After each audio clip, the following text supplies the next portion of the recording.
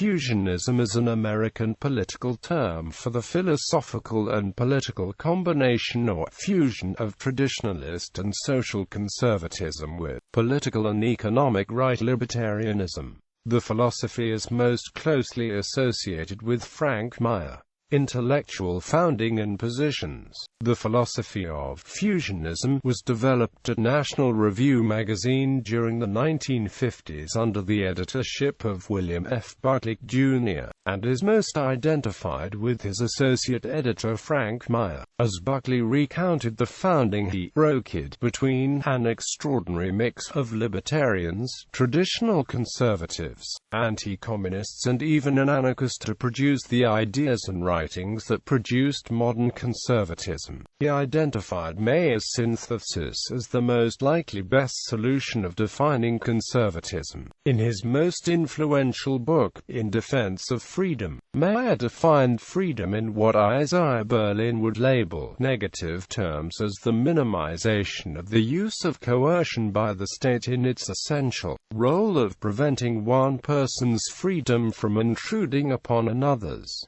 The state should protect freedom but otherwise leave virtue to individuals. The state has only three legitimate functions: police, military and operating a legal system, all necessary to control coercion, which is immoral if not restricted. Virtue is critical for society and freedom must be balanced by responsibility, but both are inherently individual in form. Coerced values cannot be virtuous.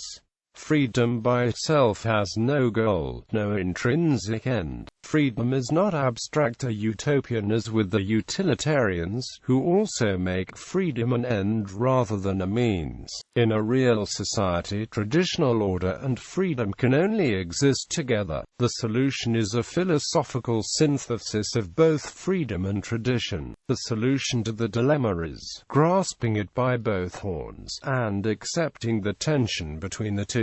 Fusionism's most famous advocate was Ronald Reagan, as an early admirer of National Review and associate of both editors. On assuming the presidency in 1981, he met with conservative leaders around the country in Washington and reminded them of their intellectual roots. After listing intellectual leaders like Russell Kirk, Friedrich Hayek, Henry Hazlitt, Milton Friedman, James Burnham, Ludwig von Mises as the ones who shaped so much of our thoughts, he discussed only one of these influences at length. It's especially hard to believe that it was only a decade ago, on a cold April day on a small hill in upstate New York, that another of these great thinkers, Frank Meyer, was buried.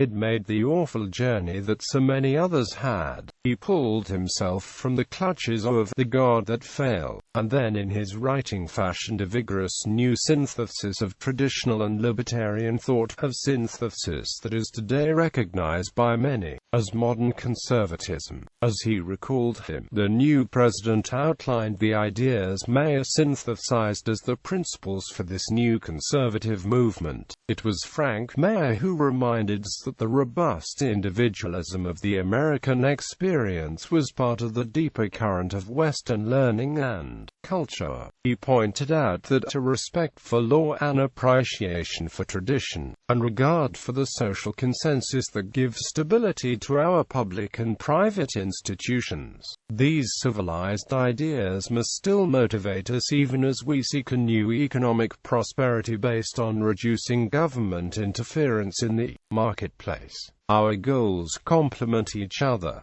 We're not cutting the budget simply for the sake of sounder financial management. This is only a first step toward returning power to the states and communities. Only a first step toward reordering the relationship between citizen and government. We can make government again responsive to the people by cutting its size and scope and thereby ensuring that its legitimate functions are performed efficiently and justly. Because ours is a consistent philosophy of government, we can be very clear. We do not have a separate social agenda, separate economic agenda, and a separate foreign agenda.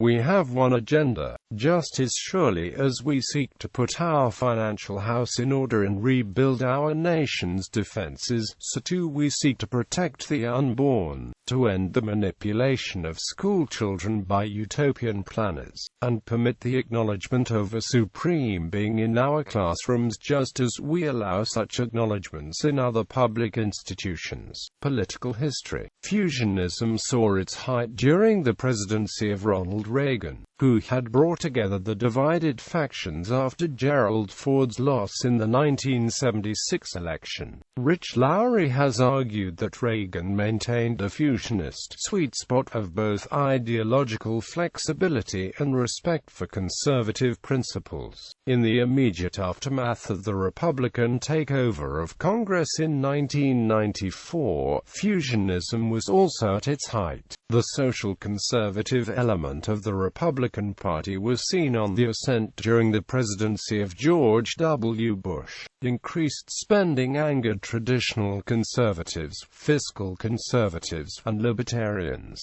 In addition, the long-standing tensions between neoconservatives and paleoconservatives bubbled over in the wake of the Iraq War. Wisconsin Congressman Paul Ryan said during a June 2009 Hudson Institute conference speech, "A libertarian who wants limited government should embrace the means to his freedom, thriving mediating institutions that create the moral preconditions for economic markets and choice.